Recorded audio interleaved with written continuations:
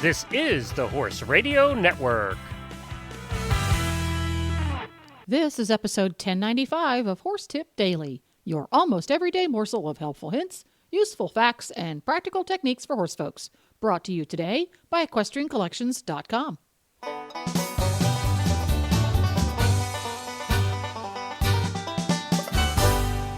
Greetings, horse people. Coach Jen here, and thanks for tuning in to Horse Tip Daily.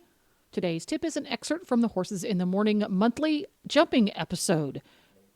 Godek joins show co-hosts Emily Thompson and Glenn to talk about why the USHJA Trainer Certification Program is a worthwhile endeavor for trainers at every level. And we'll get right to our tip after this important message from EquestrianCollections.com. Coach Jen here, and as usual, I'm here with Debbie from EquestrianCollections.com, and she's got the EquestrianCollections.com product of the week. What you got going, Debbie? Hi, Jen. This week and next week, I'm going to be featuring some items that you can get now for your Memorial Day and your 4th of July parades and outings. The product I'm featuring this week is the Roper American Flag Western shirts.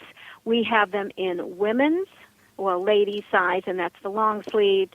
We have a men's short sleeved, and we also have a boys size, and that's long sleeved. What these are is American flag design, and they had these last year, and they sold out of them in no time. So I'm telling you, that's why another reason I want to feature them early in the season, because if you're even thinking about these, go ahead and order them right away. They do not stay in stock long. And they come in a lot of different sizes, and they're more than perfect for your 4th of July stuff, but also your Memorial Day stuff. So that's why I want to tell you guys to look on our website, www.EquestrianCollections.com. Look, put in the search engine Roper American Flag Western shirt, and all three styles will come up. They're 100% cotton.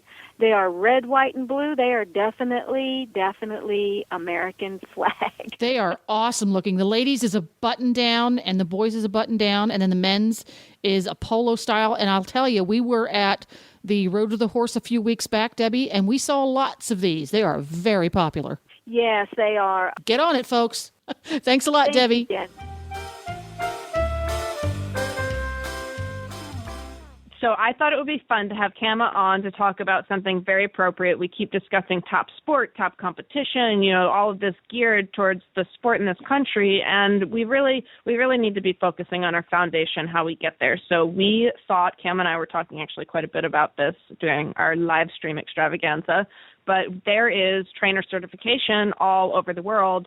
Different countries have different rules. We are sort of just launching it here in this country. Kama's pretty versed. She is going through the process herself. I thought it would be great to hear right from somebody who's doing it and a trainer, top sport trainer, rider. What does this mean? How do you do it? Is it important? All that good stuff.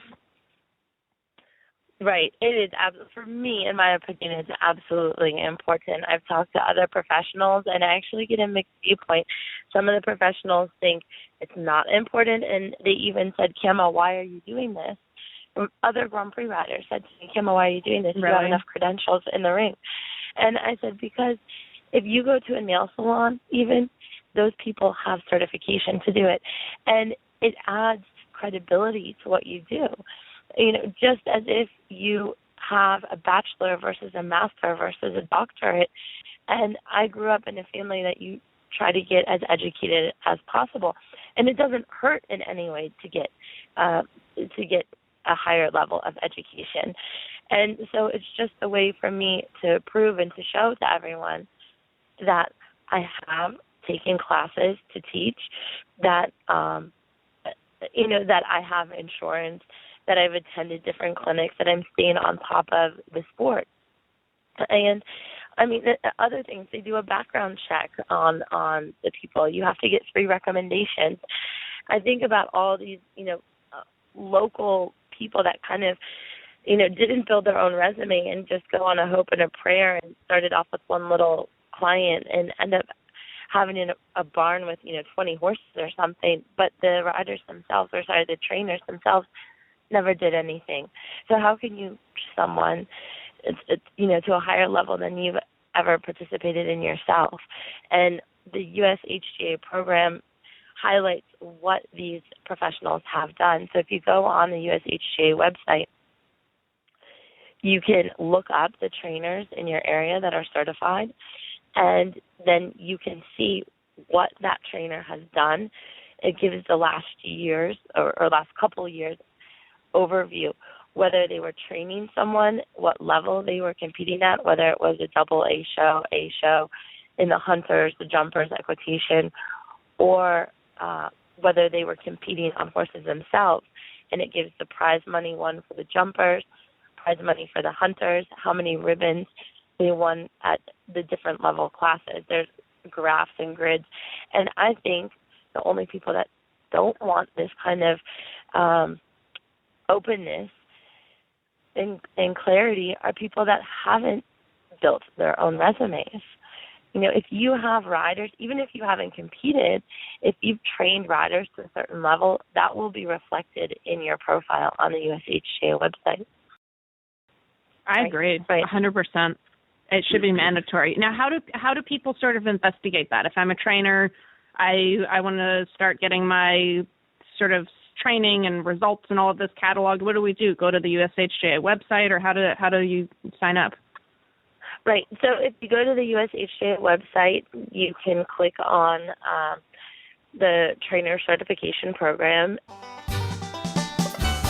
Well, there you have it. You can find links to today's guests as well as lots more tips at horsetipdaily.com. Don't forget, you can have all of your favorite Horse Radio Network shows with you wherever you go by downloading the free Horse Radio Network app for iPhone or Android. Go to your app store today and search Horse Radio Network. Download it. It's quick, it's free, and it's easy. This podcast was made possible through the generous support of EquestrianCollections.com and listeners like you. The Horse Radio Network and the Horse Radio Network hosts are not responsible for statements of guests or their opinions. Use your own judgment when listening to the tips provided by the experts on Horse Tip Daily.